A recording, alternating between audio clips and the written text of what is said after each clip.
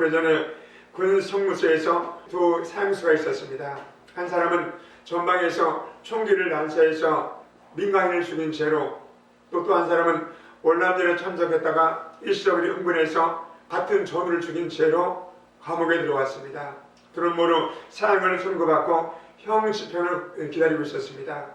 형 집행이 다가오자 어느 날 한 사람이 마지막 소원을 간청을 합니다. 죽기 전에 고기를 한번 실컷 먹고 싶습니다. 이렇게 간청을 합니다. 그러나 그 사람의 사정을 들을 사람이 아무도 없습니다. 아마 면허는 사람이 없었나 봅니다. 그래서 그는 마침내 자기 몸을 대학병원에 해부용으로 내어놓기로 결심하고 선금으로 10만 원을 받았답니다. 그리고는 그 돈으로 먹고 싶은 고기를 실컷 먹었습니다. 먹는 것을 보고 있던 옆 사람이 이런 얘기를 합니다. 참 맛있게 먹는다. 참 맛있겠다. 그때 이 사형수가 이런 대답을 했답니다. 맛은 무슨 맛있어.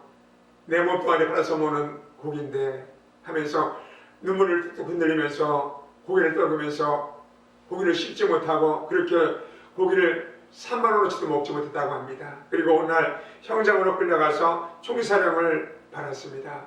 생각해보면 우리가 산다는 게 이 사형수 같은 삶이 아닐까. 죽는 날까지, 다가오는 날까지 고기 먹고 싶어서 몸뚱아리를 팔아서 배를 채우는 사형수 같은 것이 우리 삶이 아닌가 이렇게 생각해 봅니다. 이 얼마나 가난한 인생입니까? 바보 같은 일입니까? 영성 없이 살아가는 인간이 하는 일이라는 것이 대개 바로 이런 것의 삶입니다. 그래서 또 다른 사형수가 이렇게 하는 것을 보면서 생각을 했습니다. 그거 한 개 더 먹으면 뭐하고 또 한 개 안 먹으면 뭐 할 거야 하면서 자기가 가지고 있는 돈을 갖다 포켓에서 다 챙겨보니까 15,000원이 되더랍니다. 오늘날 교회에서 찬양대원들이 찾아와서 목교에서 찬양을 부르는 소리를 듣고 그때 그 사형수가 15,000원을 오늘 성도에 내놓았답니다. 나는 이제 죽습니다. 성도님들, 이게 내 가진 전부인데 당신들이 좋은 일에 써줬으면 좋겠습니다라고 이것을 헌금을 했답니다. 그때 마침 형무소에서 건축한 교회 헌당식을 앞두고 있었는데 그 돈으로 강례상을 만들었답니다. 그리 볼품이 없었지만 참으로 의미는 보셨습니다. 말씀을 전하시던 목사님께서 이 사실을 언급했다고 합니다. 이 강례상은 지금 여러분 가운데서 죽음을 앞둔 사형주 형제가 자기가 가진 것을 다 내놓아서 만든 강례상입니다.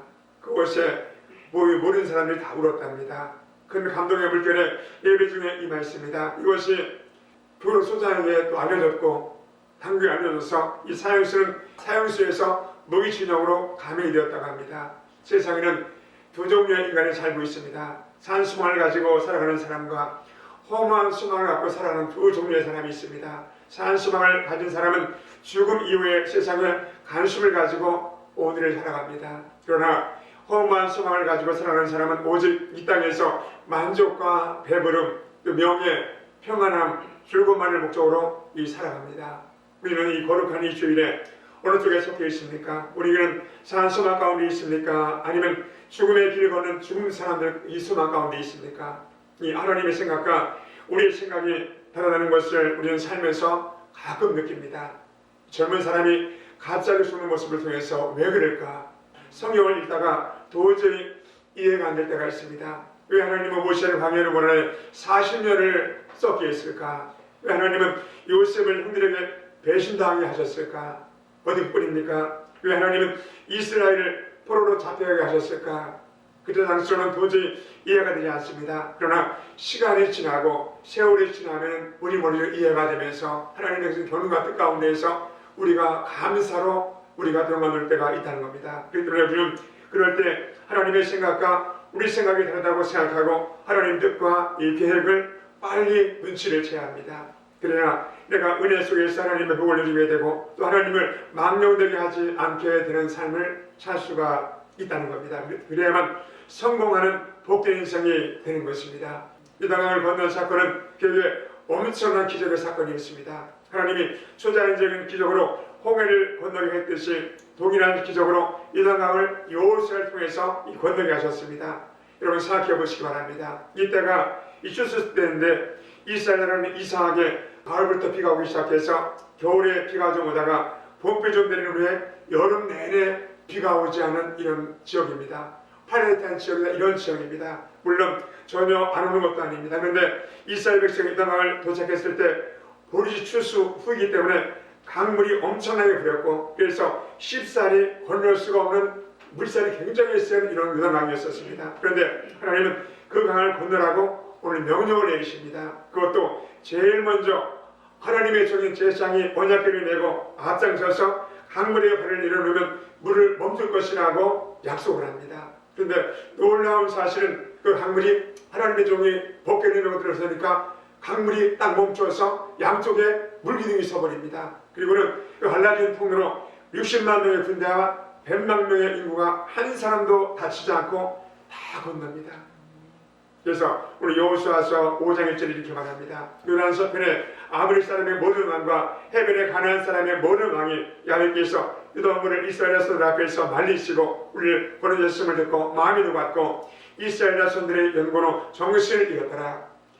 살아계신 하나님께서 이스라엘 백성들이 이렇게 요단강을 건넜다는 사실을 듣고 아브리 사람과 모든 해변의 가나안 자손들이 한담이 녹았다는 겁니다. 그런데 문제는 그 다음입니다. 2절 3절에 이렇게 말합니다. 그때 야훼께서 여호수아에게 이르시되 너는 부싯돌로 칼을 만들어 이스라엘 자손들에게 다시 할례를 행하라 하시매 여호수아가 부싯돌로 칼을 베어서 할례산에서 이스라엘 자손들에게 할례를 행하리라.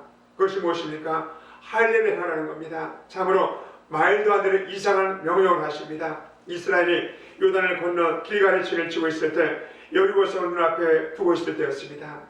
가나안 족속들은 이스라엘이 요단강을 기적으로 건너는 것을 두려워하며 간담이 놓고 정신이 혼미해 있을 때였습니다. 하나님은 이스라엘 백성들에게 특별한 명령을 내리십니다. 즉시 몰아붙여라, 또 전열을 정비하라, 군대와 무기를 점검하고 준비하라 이렇게 하는 것이 아니고 할례를 행하라 이렇게 명령합니다. 이것은 정말 말도 안 되는 너무나 황당한 명령입니다. 세상 말로 이스라엘을 죽으라고 망하라고 작정한 같은 명령이 하나님의 명령이십니다. 이단강을 건넌 중대한 시점에서 하나님은 왜 할례를 하라고 요구하셨고 거기다가 6월절 잔치를 벌이더니 만나를 끌어버리시고 갑자기 군대 장관으로 나타나셨을까요? 오늘 본문은 우리에게 정말 중요한 성모 비법을 교훈하고 있습니다. 그래서 꿈을 이루는 성공인식이 되려면 중요한 믿음의 세 가지가 있어야 합니다. 오늘 첫 번째로 하나님의 명령은 이유야를 막론하고 순종을 하는 겁니다. 하나님 말씀 하는 곳까지 가고 서는 곳에 서야 합니다. 왜 하나님은 이 시점에서 이스라엘에게 할례를 요구하셨을까요? 그들의 순종을 시험하셨다는 것입니다. 말도 안 되는 상황과 명령을 통해서 믿음을 테스트하시는 하나님의 방법이었습니다. 그때 순종은 수복을 담은 그릇이 하는 겁니다. 순종할 만한 것을 순종하면 그것은 순종이라는 말을 쓸 필요가 없습니다. 말도 안 되는 상황에서 명령이 주어집니다. 그때 믿음으로 순종하면 기적이 일어납니다. 저는 20년도 12월 10일 날 순복음명성교회가 태계동 형일빌딩 3층에서 개척을 했습니다.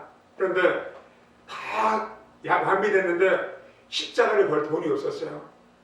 그래서 홍천에서 그 눈이 오는 11월 달에 막 울면서 막 기도하는데 방법이 없어요.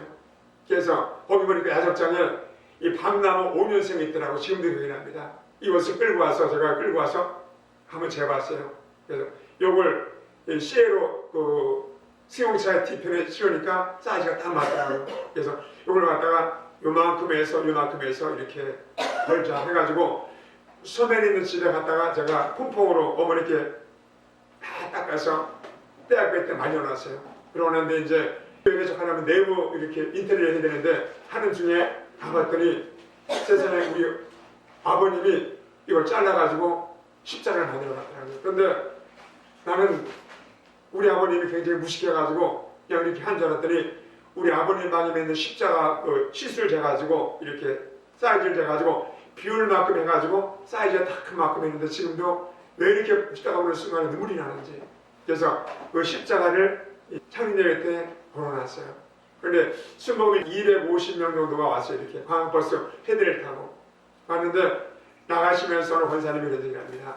목사님, 아무리 패션이 좋고 요즘 이 멋을 낸다고 하지만은 목사님 강례상의 십자가는 뭔가 좀 은혜가 안 되는 것 같아요. 이렇게요. 지금 이렇게 그냥 내가 막 몸이 막 아그러드는데 이렇게 지금도 기억이 나요. 그래서 내가 고맙습니다 원사님, 먼 길마다 하시고 오셔서 너무 고맙습니다, 기도 좀 많이 해주세요 했던 기억입니다. 여리고 적군 앞에서 할례를 하라는 말은 목숨을 권하는 것입니다. 목숨을 하나님께 맡기라는 겁니다. 여러분, 허벌판에 십자가 세우는데 십자가나 세울 만한 돈도 없는데 여러분 교회가 운영이 되겠습니까? 앞이 보이지 않습니다. 그런데 교회를 세우라고 명령하십니다.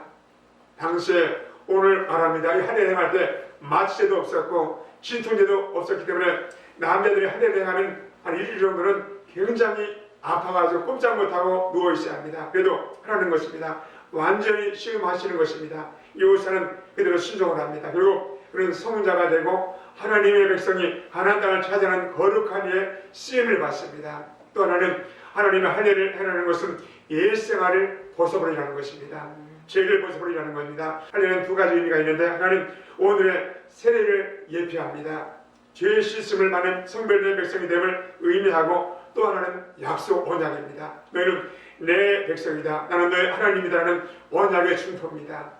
그렇기 때문에 하나님은 그들에게 할례를 요구하십니다. 모세가 출애굽한 백성에 베풀었지만 그들은 전부 광야에서 죽임을 당합니다. 그래서 하나님은 그들을 소멸시키기 위해서 다시 한번 할례를 행했다는 겁니다. 놀랍게 여호사는 그 자리에서 순종해서 할례를 행합니다. 하나님께 목숨을 맡기면 된다는 것입니다. 그래서 여러분, 하나님 앞에 말씀에 순종하고 또 여러분 생을 아버지 앞에 맡김으로 성공하는 인생이 되시기를 예수님의 이름으로 축복하고 축원합니다.